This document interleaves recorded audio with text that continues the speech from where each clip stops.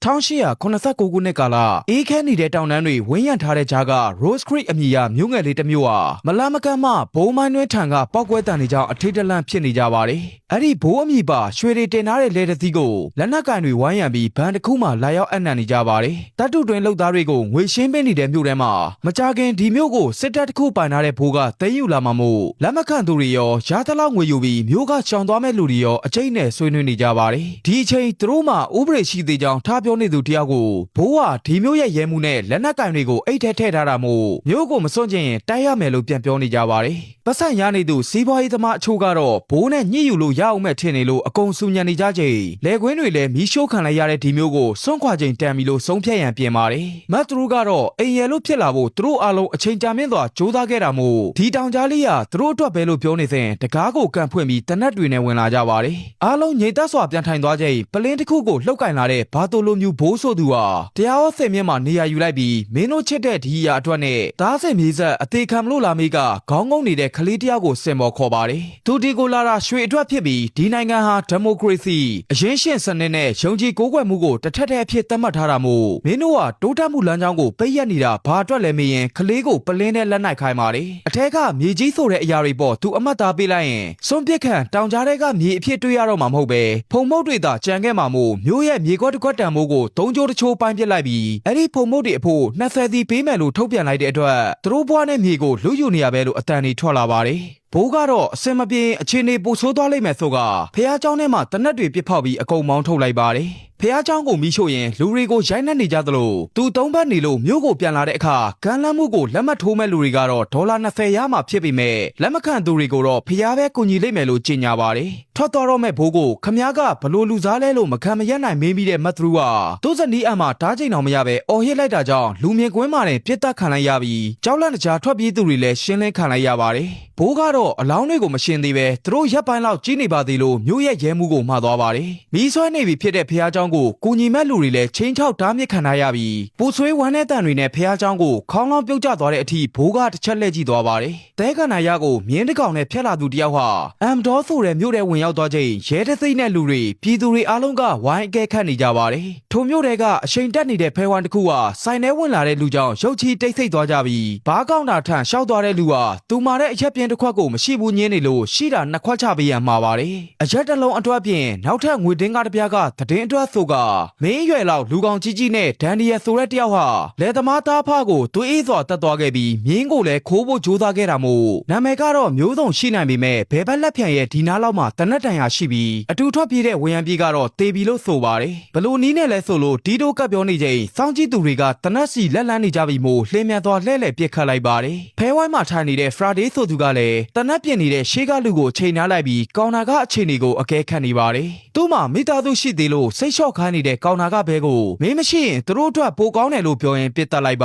တယ်ရဲမှုခေါ်ခိုင်းနေတာကိုတယောက်မှမလုပ်ပဲတနက်ကိုလက်လန်းလိုက်တော့မှထားပြေးကုန်ကြတဲ့ဝိုင်းထဲကပတ်စံတွေကိုဖရာဒေးကအကုန်သိမ်းယူလိုက်ပါတယ်ကောင်နာကဘဲအတွက်တောက်ဆရာမှားပေးထားတဲ့ဆိုသူကအသက်ဖို့အတွက်ပတ်စံပေးရတာထူးဆန်းတဲ့အလုပ်လို့ပြောရင်အပြင်မှာစုံညံနေတဲ့အတန်တွေကြောင့်ထွက်သွားပါတယ်ဆမ်ချစ်ဆန်လို့ခေါ်တဲ့သူဟာကန်ဆတ်ပြည်နယ်ကဝရမ်းအရာရှိတယောက်ဖြစ်တဲ့အပြင်ပြည်နယ်ခုနှစ်ခုမှာတာဝန်ထမ်းဆောင်ခွင့်ရှိတဲ့လူစိုးတိမ်မို့အထက်ကဝရမ်းပြည်အတွက်ပြည်နယ်တရားရုံးမိန့်နဲ့လာတာဖြစ်ကြောင်းရှင်းပြလိုက်ပါတယ်သူရမယ့်စုကြီးကိုကြံရစ်သူဇနီးအတွက်တဝက်ကြံတဝက်ကိုတော့သူပြန်လာတဲ့အထိတိန်းထားဖို့မှာနေတဲ့ဆမ်ကို Rose Creek ကလာတဲ့တက်တီကဂျေးစားလူတက်သမားလားလို့လာမေးပါတယ်ခမားလို့အရေးချင်းတဲ့လူလိုတဲ့အတွက်ဈေးနှုန်းတစ်ခုသတ်မှတ်ပြီးလူဒါဇင်ဝက်လောက်တတ်ထားတဲ့လူချမ်းသာတယောက်ဟာဒီကနေ4ရက်လောက်ကြာမဲ့မျိုးနဲ့မျိုးကရဲမှုတွေကိုပါတိန်းထားလို့အကူအညီတောင်းတော့မင်းတို့လိုတာဂျေးစားမဟုတ်ပဲစစ်တက်တက်လို့ဆိုပါတယ်အရက်ပလင်းနဲ့ထွက်လာတဲ့ဖရာဒေးကိုတနက်နဲ့ဝိုင်းချိန်လာတဲ့နှစ်ယောက်ကတနက်ကိုပါသိမ်းယူလိုက်ပါတယ်ဂျေးစားမဟုတ်ဘူးဆိုတဲ့မြင်းပေါ်ကဆန်ကိုလမ်းလျှောက်လိုက်နေတဲ့အမ်မာကသူတို့လိုတမရိုးကျလေသမားတွေကိုသွေ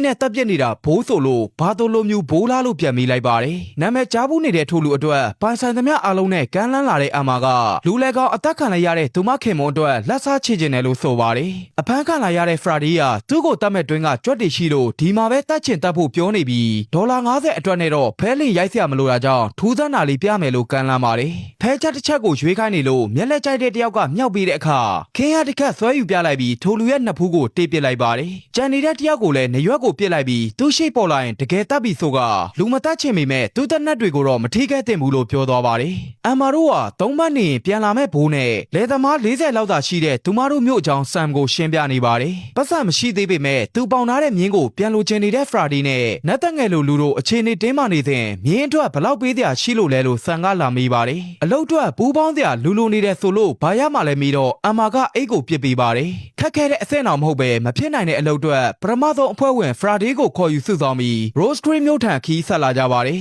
လမ်းမှာမိကလေးတယောက်ကဂျေးစားလာငါတာဘသူအတွက်လဲမေးကြည့်တော့ဘိုးဆိုလို့ဓမြပြရင်လားလို့တွန့်သွားတဲ့ဖရာဒီယာမင်းမပါချင်းသူဝယ်ပေးထားတဲ့မြင်းကိုထားခဲ့လို့ဆိုပါတယ်မငင်းနိုင်တော့တဲ့ဖရာဒီကိုမိုင်30အကွာက Good Night Robbie Shaw ဆိုသူကိုတွားခေါ်ပြီး3ရက်နေလို့ Junction City ကိုသူရောက်မလာရင်တေးပြီးလို့မှတ်ခမြင်းကိုယူလိုက်တော့လို့မှာသွားပါတယ်အမ်မာနဲ့ထွက်လာတဲ့ဆန်တို့ကအိမ်တလုံးထံရောက်လာကြပြီးအထဲမှာလူသေးတွေ့လို့ထိတ်လန့်သွားတဲ့အမ်မာကိုဂျိုးနဲ့ဖမ်းလိုက်တဲ့ဘဲကတနက်ပေးဖို့တောင်းယူနေရကြောင်းသူ့အိတ်ကတ်ထဲကဝရမ်းဆိုင်ရွက်ပါပုံကိုပြရင်မင်းလက်ချက်နဲ့တည်သွားတဲ့ Ranger တယောက်အတွက်ဒေါ်လာ900စုကြီးထုတ်ထားတာတွေသူစိတ်ဝင်စားပဲအလုပ်တစ်ခုကမ်းလှမ်းကျင်တယ်လို့ဆိုပါတယ်ဒီလုပ်ငန်းကသူနဲ့ရောပတ်သက်လာလို့အမ်မာကိုစောင်းပြောင်းပြောနေတဲ့ Basquat ဆိုသူဟာသူကမ်းလှမ်းတာလက်ခံရင်လိုက်ဖမ်းမဲ့လူအများကြီးထဲမှာသူတော့ပါမှာမဟုတ်တော့ဘူးလို့အသိပေးပါတယ် Friday နဲ့ Teddy ကတော့တနက်ပြစ်ပြိုင်ပွဲတစ်ခုကိုလေ့လာနေကြပြီးပထမပွဲရှုံးသွားတဲ့လူကတစ်ဖက်ကအနိုင်ရသွားသူ Billy Rock ကိုလောင်ချင်းနှက်ဆနဲ့လူချင်းပြစ်မယ်လို့စိန်ခေါ်လိုက်ပါတယ်ဒိုင်ရောဘေးကလူတွေပါမင်းတော့တေပြီလို့ရေရွတ်လိုက်ကြပြီးစိန်ခေါ်ပွဲလက်ခံလိုက်တဲ့ Billy ကတနက်တွေချွတ်ချအသင့်ပြင်ကဒိုင်ကိုအချက်ပြခိုင်းပါတယ်တနက်တန်ထွက်လာတဲ့နောက်တနက်သမားဟာစတိုးနဲ့အဆုံးသတ်ခံလိုက်ရပြီးလောင်ချင်းနှက်ဆလိုက်ယူနေတဲ့လူတယောက်ကိုညစ်ပြီးစောလို့ငွေမပေးနိုင်ဘူးပြောမိသူဟာဂွန်နိုင်ဆိုတဲ့အမည်ပြောင်ကြောင့်ဆရာမသိရင်မလေးမစားမလုပ်ပါဘူးလို့တောင်းပန်မိမဲ့ငွေသာထည့်ရမှာပါတယ်ထိုရိုဘီရှောဆိုသူကိုဆမ်လွတ်လိုက်ကြောင်းအသိပြီးတော့စူညံနေတဲ့ဆိုင်တစ်ဆိုင်ရောက်လာကြပြီးဘီလီနဲ့ဘလို့စုံလဲမိတဲ့အခါ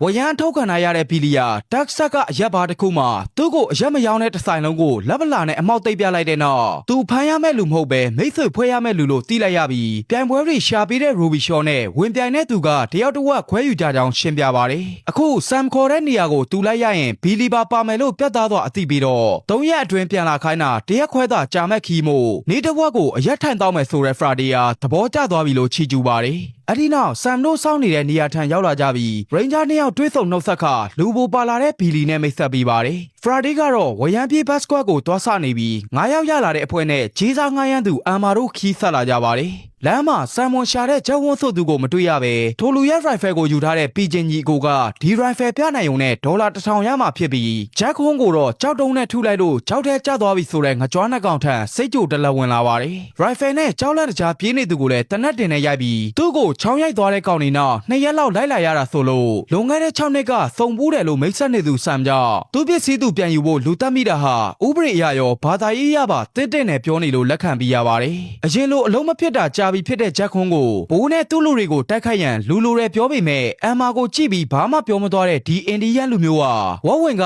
လူဝစ်ဆောင်ဝစ်ထားတာဖြစ်မယ်လို့ဖရာဒီကစနောက်ပါတယ်။လမ်းမတွေ့တဲ့အဆောင်ရောင်တွေကိုတတိထားသွားလာနေတဲ့သူတို့နောက်ကိုလူတယောက်ကစောင့်ကြည့်နေပါတယ်။ညရောက်တော့ rifle ကင်ထားပြီးမဲ့မပြစ်တတ်ဘူးဆိုတဲ့တက်တီယာသူ့ကိုဝီစကီတိုက်ရင်ပြင်းနှီးတင်ပေးမယ်ဆိုတဲ့ဖရာဒီကသင်္ကန်းစာနံပါတ်1အနေနဲ့ဒီလိုလက်ထောင်ပြရင်မဖြစ်ပါနဲ့အဓိပ္ပာယ်ဆိုလို့ဝီစကီသာပေးလိုက်ရပါတယ်။ဖဲချက်ကိုမလူနိုင်တဲ့တက်တီယာပထမဆုံးတနက်ပြပွဲမှာရှုံးသွားပြီဖြစ်ပြီးသင်္ကန်းစာ2အနေနဲ့ဖဲချက်ကအဓိကမဟုတ်တဲ့အာယုံလွှဲခြင်းလို့တင်ပြပေးပါတယ်။သင်္ကန်းစာ3ကိုတော့တက်တီကမတင်ကျင်တော့တဲ့အတွက်သူ့ကိုကြည့်နေသူအမ်မာကိုပြုံးပြလိုက်ပါတယ်။အစီအစဉ်နဲ့အချိုးမြတ်မင်းနေသူခွန်းနိုင်အားရွှေသားအချိုးလို့နောက်လိုက်ပြီးတကယ်တမ်းပိုင်သမျှအားလုံးကမ်းလှမ်းလာတဲ့အမ်မာဟာမင်းညမအရွယ်ပဲမဟုတ်လားမင်းနေတဲ့ခွန်းနိုင်ကအခုလာမဲ့တိုက်ပွဲကိုအတိတ်ကလိုမဖြစ်စေနဲ့လို့တတိပေးပါတယ်။နောက်ရက်အနန်းတစ်ခုကြောင့်နိုးလာကြတဲ့အခါခြေတန်းနဲ့အတူရောက်လာတဲ့ဂျက်ခွန်ကနောက်ရောက်ခံလိုက်သူရှိနေကြောင်းတတိပေးလာလို့ထားကြည့်တော့လူရိုင်းတစ်ကောင်ကြောင့်အကုန်ထိတ်လန့်ကုန်ပါတယ်။ဒီလိုလွင်ပြင်နေကြမှာမြင်းစည်းကျွမ်းကျင်တဲ့ကိုမန်ချီစစ်တီတော်တယောက်ကိုမြင်ရရင်မျိုးနွယ်စုတစ်ခုလုံးရှိနေနိုင်လို့လိုက်ရှာနေကြသူတို့ငြိမ်းချမ်းစွာလာသူတွေဖြစ်ကြောင်းဒေသခံစကားနဲ့ပြောရင်ဆမ်ကရှေ့တိုးသွားပါတယ်။လူပြူစကားအနှဲငယ်တက်တဲ့ဆိုတဲ့လူရိုင်းဟာမျိုးနွယ်သူထံက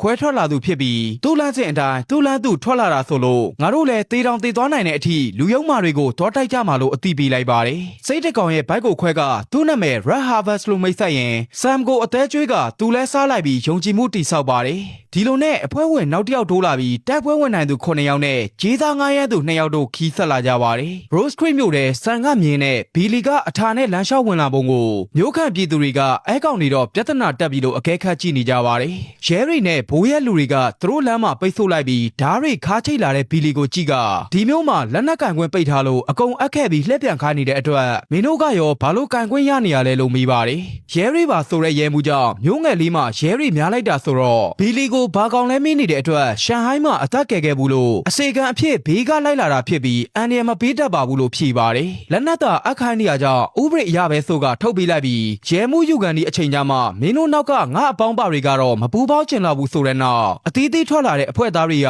စားမလို့ဝါမလို့နဲ့ကြည်နေကြပါတယ်။အလေလွင့်ကောင်နေပဲလို့သမုတ်တဲ့ဘိုးရဲလူကိုမင်းကတော့ကဘာချစ်တက်ဆုံးလူသားလက်ချက်နဲ့တရားတော်မယ်လို့ဖရာဒီကချီပါပါတယ်။ပြန်လဲအဝိုင်းခံနေရတဲ့အခြေအနေကြောင့်ဘာလို့ကျင်တာလဲမေးတဲ့အခါဒီနေရာမှာ Blackstone Agent လို့ခေါ်တဲ့လူကြောက်တွေဟာကြောခိုင်းနေတဲ့လေသမားနဲ့မိန်းမတွေကိုနောက်ကပြစ်တက်သူတွေမို့တကယ်ကျွမ်းကျင်တဲ့ကောင်တွေနဲ့တော့ရှင်နိုင်ရဲ့လားဆိုကသူ့တနက်ကိုသိမ်းယူခိုင်းပါတယ်။ဒီတော့သူတို့ဘသူအတွက်အမှုထမ်းနေလဲဆိုတာရဲ့နောက်ကအင်အားစုဘလောက်ရှိလဲသိလားလို့ဖျဲချောက်လာပြီးမို့ဒီမျိုးကိုလိုချင်ရင်သူနဲ့လာတွေ့ရန်ဘိုးကိုအမှားပါခိုင်းပါတယ်။လက်ခောက်မှုတ်လိုက်တဲ့ agent တွေကိုမင်းတို့လူကြားဖို့မရဘူးဆိုတဲ့နောက်အပေါ်မှာရောက်နေတဲ့ Red ကမြားနဲ့စတင်ပစ်ခတ်လိုက်ပါတယ်။အဲဒီနောက်တစ်ဖက်နဲ့တစ်ဖက်အသေးလဲတိုက်ရန်အသင့်ပြင်နေကြချိန်မှာ Sam ကသူ့မြင်းကိုနေရာကမောင်းထုတ်လိုက်ပြီးတနက်စီလက်လန်းနေတဲ့3ယောက်ကိုစပစ်လိုက်ပါတယ်။ဘီလီနဲ့ချက်ခွန်ကဓားရီနဲ့တိုက်ခိုက်နေချိန်ဂွန်နိုင်ဟာတုံလုံးစွာအော်ဟစ်နေပါတယ်။တမျိုးလုံးစိုးမိုးထားတဲ့ဘိုးရဲလူတွေကိုလှင်လင်းမြန်မြန်နဲ့အဆုံးသတ်လိုက်ကြပြီးမြင်းနဲ့ထွက်ပြေးနေသူကိုရက်ကတားဆီးလိုက်ပေမဲ့တိုက်ပွဲမှာကြောက်လန့်နေသူဂွန်နိုင်ကြောင့်လူတစ်ယောက်ကိုလွတ်သွားပါတယ်။နောက်က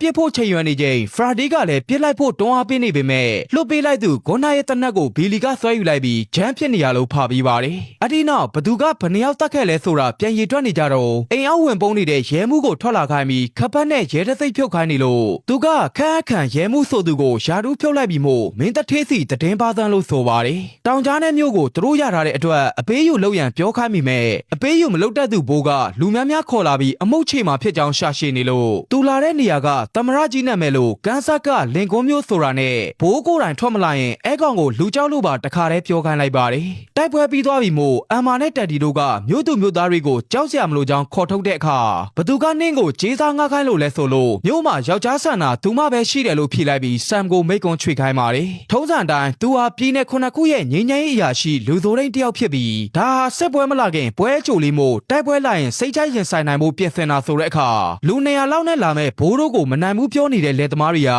ယူမလာတဲ့ပစ္စည်းမှန်သမျှထားခဲ့ပြီးမနေချင်းထွက်သွားလို့အမ်မာကမောင်းထုတ်ပါတယ်။မြို့မှာစနေချင်းရင်မဖြစ်မနေတိုက်ခိုက်ရမှာမို့သူတို့ကိုညီတယ်လို့ပြန်ကိုညီမဲ့လူတွေလိုတယ်ဆိုပေမဲ့လက်သမားတွေနဲ့သေအုပ်ဆရာတို့ကသူတို့ကလူတတ်သမားမဟုတ်ဘူးညင်းနေတဲ့အတွက်ကိုဘက်ကိုတနက်ပြောင်းဝမချိန်ထားသေး၍လူတိုင်းဟာလူတတ်သမားမဟုတ်ဘူးလို့ဖြေပါတယ်။တယောက်ကတော့ပြစ်ခတ်တာမျိုးတွေမလုပ်ဘူးပေမဲ့အိမ်ဆိုတဲ့အရာကိုမကာကွယ်နိုင်ရင်အလက်ကားပဲလို့ထောက်ခံလာပါတယ်။ဒီကိုလာမဲ့လူတွေရဲ့အမှားကဒီကလူတွေကိုအထင်မြင်သေးခြင်းမို့သုံးဘက်နဲ့ပြန်လာမဲ့ပြောသွားတာလွန်ခဲ့တဲ့8ရက်ကဆိုတော့အချိန်မရှိဘူးဆိုတဲ့မြို့သားတွေဟာသတင်းသွားဖို့မဲ့မြင်းသမားက3ရက်အစီအစဉ်ဆွဲဖို့1ရက်နဲ့ဒီကိုပြန်လာမဲ့ခီး3ရက်သာကြာမှာမို့တပတ်တာအချိန်ကိုပြင်ဆင်ရန်ဒီညကိုနောက်ဆုံးအဖြစ်ကောင်းကောင်းအိပ်လိုက်ဖို့မှာသွားပါတယ်။အားငဲ့နေသူတွေကြောင့်အမ်မာကစိတ်ပြတ်စွာထိုင်ချလိုက်ပြီးသူမငားလာတဲ့ကြေးစားတွေကိုညစာပြင်ပြီးတော့လူပြူစားတွေကခွေးစာနဲ့တူတဲ့ပြောနေသူ Red ရဲ့စကားကိုသူစပင်ပုံစံကိုစိုက်ကြည့်မနေဖို့ပြောတာလို့ဆမ်ကစားနောက်ဘာသာပြန်ပါတယ်။နောက်တစ်ရက်ခိုးခံဖို့တတိမရှိသူတွေကမြို့ကိုစွန့်ခွာသွားကြပြီမို့ဒီအတွက်နဲ့သူတို့မိုင်မောင်းများစွာလာခဲ့ရတာလားလို့စိတ်ပြတ်နေကြပေမဲ့ခရင်ကွားတွေကင်လာသူအချို့ကိုအမ်မာကခေါ်ဆောင်လာတဲ့အတွက်လေ့ကျင့်ပေးကြပါတယ်။ဖရာဒီရဲ့တနက်ကင်ဒီဘီလီရဲ့ဓာတ်နဲ့တိုက်ခိုက်နေတင်နေတော့မှပဲ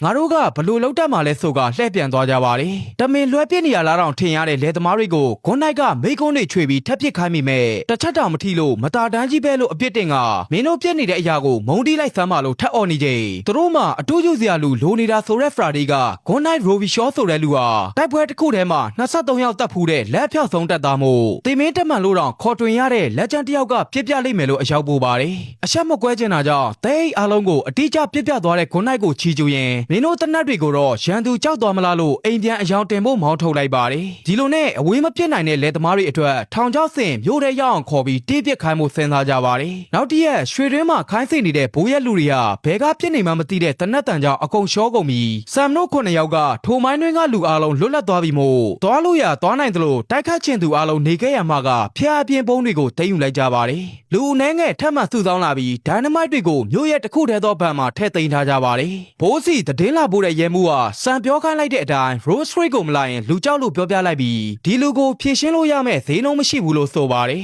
လူ9ယောက်ထဲကသူ့လူ22ယောက်ကိုတတ်သွားတာကိုအလင်းငိုင်းမိတယ်လို့အကြောင်းပြခဲ့သူရဲမှုကိုပြစ်တက်လိုက်ပြီးနောက်မှရက်နေတဲ့ကိုမချီစစ်တီကိုတော့ Rose Creek တမိုင်းမှာသူ့နာမည်သာကြံခဲ့ရမှာမို့လူအင်အားစုဆောင်လိုက်ရမှာပါတယ်တယောက်ထဲတနက်ပြစ်လေ့ကျင့်နေသူအမ်မာထန် Friday ကဆရာလာလုပ်နေပေမဲ့သူမမှာတင်ပေးမဲ့ဖခင်ရှိကြောင်းပြစ်ပြနေလို့ငါမှတော့မရှိခဲ့ဘူးဆိုကအစမပြတ်ပြစ်ပြလိုက်ပါတယ်သူများတိုက်ပွဲကိုဘာလို့တိုက်ပေးနေရတာလဲမေးကြည့်တော့သူ့မြင်းကိုပြန်ရချင်ုံတတ်တတ်ပါဆိုတဲ့ Friday ကတိုက်ပွဲဝင်ချင်ရင်ဘောင်းမီပြောင်းဝှက်ဖို့လဲမှာပါတယ်အဲ့ဒီနောက်အမြင့်ပိုင်းကလာမဲ့ဘိုးရဲလူတွေကိုမျိုးထဲများခေါ်ပြီး rifle ကောင်းတဲ့ကိုနိုင်ကိုအပေါ်မှာနေရာယူဖို့နဲ့မပြစ်နိုင်တဲ့သူတွေအတွက်အိမ်တကားဝါတွေကရုတ်ချင်းတွေကနေစီးပြရမယ့်အစီအစဉ်မှာသူကောင်းပွက်သွားရင်သူ့အတွက်လက်စားချေဖို့နဲ့အစိုးဆုံးကအားလုံးတည်သွားရင်တော့တတ်တုတွင်းကိုဖောက်ခွဲခဲ့မယ်လို့ဆိုပါတယ်ဖះเจ้าပေါ်ကိုတက်လို့ရလားစစ်ဆေးကြပြီးမိမနဲ့ကလေးတွေကိုစောင့်ရှောက်ဖို့တာဝန်ကျသူအမကသူမလည်းတိုက်မှာဆိုတဲ့အတွက်ငါတို့တော့တေးပြီလို့ဟောကိန်းထုတ်လိုက်ကြပါတယ်အနီးကဝိုင်းပစ်ဖို့ထောင်ချောက်တွေမြို့ထဲမှာအကာရန်တွေပြင်ဆင်ကမြင်းစည်းကျွမ်းကျင်တဲ့ရက်ကိုကင်းထားဖို့လွတ်လိုက်ပြီး Friday တို့ကမိုင်းနေဆင်ကြပါတယ်သူ့မှာမိမ2ယောက်အဖြစ်တနက်လက်ရှိကြောင်းစားနောက်နေတဲ့ Friday တို့ဝိုင်းမှာဂွန်နိုင်ကတော့သူတနက်မောင်ဆွဲမိသွားပြီမို့မကြခင်အသေးစိုးနဲ့တေရတော့မယ်လို့ဘီလီကိုရင်ဖွင့်နေပါ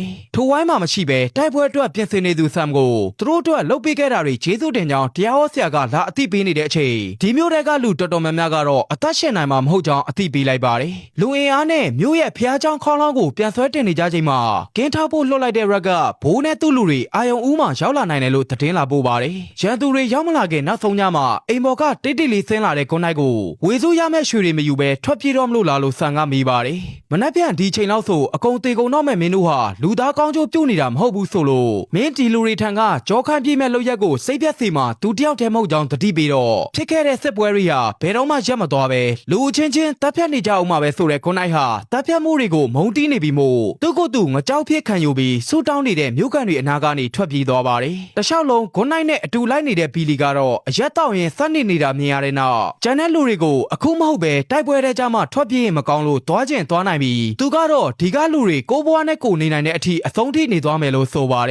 ်သွားစရာထွေထွေတူးတူးမရှိကြတဲ့ဂျက်ခွန်တို့လိုလူတွေကအတူတူတိုက်ပွဲဝင်မှုသာပြန်ဖြေနေကြပြီးအခုမှအင်္ဂလိပ်လိုဝင်ပြောတဲ့ရက်ကြောင့်ဒီညစကားအများကြီးပြောကြမယ်လို့ပေါ့ပါသွားစားနောက်နေကြချိန် Friday ကတော့ဖះเจ้าစီတရွေ့ရွေ့သွားနေတဲ့ဆမ်ကိုလိုက်ကြည့်နေပါတယ်ဂွန်နိုင်ထွက်သွားတာကိုမြင်လိုက်ရတဲ့အမ်မာဟာသူမအဲ့နေရာကိုအစားယူမယ်လို့အသိပေးလာပြီးနောက်တရက်အာယုံဦးမှာဖះเจ้าကခေါင်းလောင်းတန်တဲ့အတူကလေးနဲ့မိန်းမတွေကိုမြေအောက်ခန်းစီရွှေ့ကြပါတယ်တန်းစီနေတဲ့ဘိုးရဲ့လူတွေဟာတယောက်တည်းထွက်လာတဲ့ဆမ်ကိုအကောင်ပဲလို့အတီးပြုတ်လိုက်တဲ့နောက်အသေးကြီးတိုက်မဲ့စစ်ပွဲကိုစရန်ဘိုးကအမိတ်ပေးလိုက်ပါတယ်ကတုတ်ချင်းတွေတဲကကြောက်လန့်နေတဲ့လယ်သမားတွေကိုဘီလီကမတ်စတာဖို့မှာကအစီအစဉ်တိုင်းစောင့်နေကြပြီးခွဲထွက်ချင်းကပ်လာတဲ့ဘိုးရဲ့လူတွေကိုဆွဲမိုင်းနေနဲ့စတင်ကြိုးဆိုလိုက်ကြပါတယ်တနက်မရှိသူတွေကထောင်ချောက်စင်ဂေါ်ပြားတွေနဲ့ဝင်ရိုက်ကြပြီးအဝေးမပြစ်နိုင်သူတွေကတော့နီးကပ်လာတဲ့မြင်းပေါ်ကလူတွေကိုရှင်းလင်းကြပါတယ်ဘေးကပတ်ဝင်လာသူတွေကိုခေါင်းဆောင်ဖြစ်တဲ့ဆမ်နဲ့အမြင့်ပေါ်ကရတ်တိုကတိုက်ခိုက်နေပြီးဘီလီနဲ့ချက်ခွန်ကတော့ရှေ့အထိဓားတွေနဲ့အနီးကပ်တက်ခုတ်နေကြပါတယ်မျိုးထဲဝင်လာမဲ့အပေါက်ကိုထိန်ချုပ်များခေါ်ကအမ်မာတို့လူစုကအ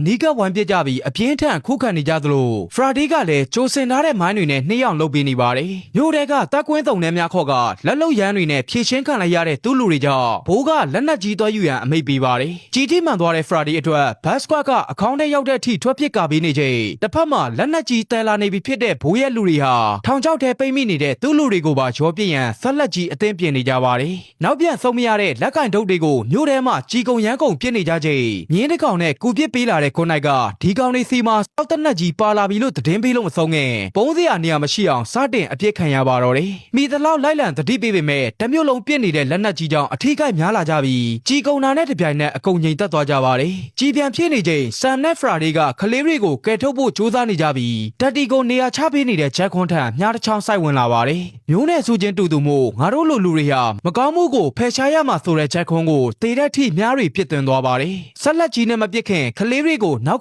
လေကွင်းထိပြောင်းရွှေ့ခိုင်းနေကြပြီးလေသမားချိုးကိုပါဆမ်ကထွက်ပြေးခိုင်းပါတယ်အိမ်ထဲမှာကြီးကုံနေပြီဖြစ်တဲ့အမ်မာထန်ဒန်နာလီဆိုတဲ့လူရိုင်းကတပ်ဖို့ချင်းကပ်လာနေချိန်နောက်မှရတ်ရောက်လာပြီးရင်ဝါကိုဓာတ်နဲ့ထိုးကခမားကအမျိုးရုပ်ပဲလို့အမည်တက်ရင်ကန်ချလိုက်ပါတယ်လက်နက်ကြီးပြစ်နေတဲ့ကြားကဖះเจ้าပေါ်နေရာယူထားတဲ့ဘီလီတို့ဟာအချင်းချင်းစားနောက်နေကြပြီးကြီးထိထားတဲ့ဖရာဒီယာအဲလက်နက်ကြီးကိုတခုခုလုပ်ရမယ်လို့တွေးနေပါတယ်ဒါကြောင့်မြင်းကိုမင်းပိုင်ရပြီးပြောနေသူဆမ်ကိုသူ့အတွက်ကူပစ်ပေးဖို့လိုအပ်ကြောင်းပြောရင်လက်နက်ကြီးရှိရထံမြင်းနဲ့ထွက်သွားပါတယ်နောက်ကလိုက်နေတဲ့လူတစု စုကိုဘီလီတို့ကရှင်းလင်းပေးနေပေမဲ့ထိုဖျားเจ้าဘော်ကိုချိန်ရွယ်ပစ်ခတ်လိုက်တဲ့လက်နက်ကြီးကြောင့်နှစ်ယောက်စလုံးသေသွားပါတယ်ဆက်လက်ကြီးတက်တဲ့ကိုဒုံဆိုင်လာတဲ့ဖရာဒီကအချက်ပေါင်းများစွာသောကြည်သံတွေကြောင့်မြင်းပေါ်ကပြုတ်ကျသွားပါတယ်မရမကရှေ့တိုးထသွားတဲ့ဖရာဒီကိုဘာလို့ထလာသေးလဲလို့ထပ်ပစ်နေချိန်ဆေးလိမ့်မီညင်မရဖြစ်နေလို့တစ်ဖက်လက်ကကူညီပေးပြီးချိန်မှာမှောက်သွားပါတယ်ဒေဗီအထင်နဲ့လက်ထွက်လာပြီးမဲ့ဒိုင်နမိုက်ကိုမီးညစ်ထားသူဖရာဒီကတစ်ဖက်လက်တွေဟာသူ့အတွက်ကံကောင်းစေတယ်ဆိုကလက်နက်ကြီးကိုရှင်းပစ်ဖောက်ခွဲလိုက်ပါတယ်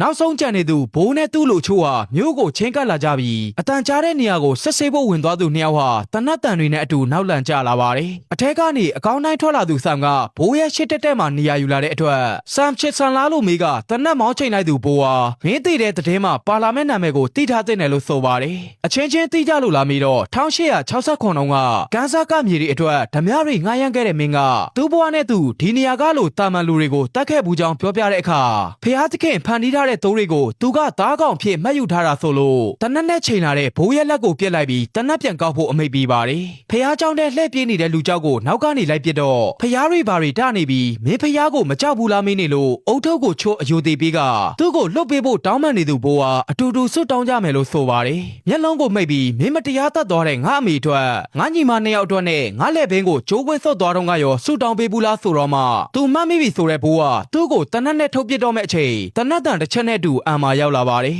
ဖះเจ้าရှေ့မှာသူမခင်မုန်းကိုတတ်သွားသူဟာဖះเจ้าထဲမှာလက်စားပြန်ချေနိုင်ခဲ့တဲ့အံမာစီကတနတ်ကိုယူပြီးထွက်သွားပါတယ်အတူရောက်လာသူတွေထဲမှာ Red နဲ့ Bass Squad သာအသက်ရှင်နိုင်ခဲ့ပြီးမလန်မကန်းကဂိုးနိုက်တို့အလောင်းတွေကိုစိတ်မကောင်းသောလှည့်ကြီးကတက်တီကိုတနတ်ပစ်ပေးလိုက်ပါတယ်အဒီနောက်တရားဝဆရာကိုသူ့လူတွေအကြောင်းပြောပြီးထွက်သွားတော့မဲ့ဆမ်ကိုမျိုးကန်တွေနဲ့အံမာကလိုက်လံနှုတ်ဆက်ခသူတို့ပိုင်တဲ့တောင်ကြားလေးတဲကမျိုးငယ်လေးမှာမတရားအုပ်ချုပ်သူမရှိတော့ပဲကိုပိုင်ဘွားနဲ့ပြန်လဲရှင်သန်နိုင်တော့မှာဖြစ်ပါတယ်အသက်ရှင်လျက်ထွက်သွားတဲ့ဆမ်တို့ကိုနှုတ်ဆက်ခဒီမျိုးလေးအတွက်ရဲစွမ်းတက်တိနဲ့ရက်တီပေးခဲ့ကြပြီးဘာအကျိုးမျှမပါပဲအသက်ပေးတိုက်ခိုက်သွားသူ၄ယောက်ကိုတော့သူရဲကောင်းတစ်ဖွဲ့မြုံနှံတကြိုပေးခဲ့ကြပါတယ်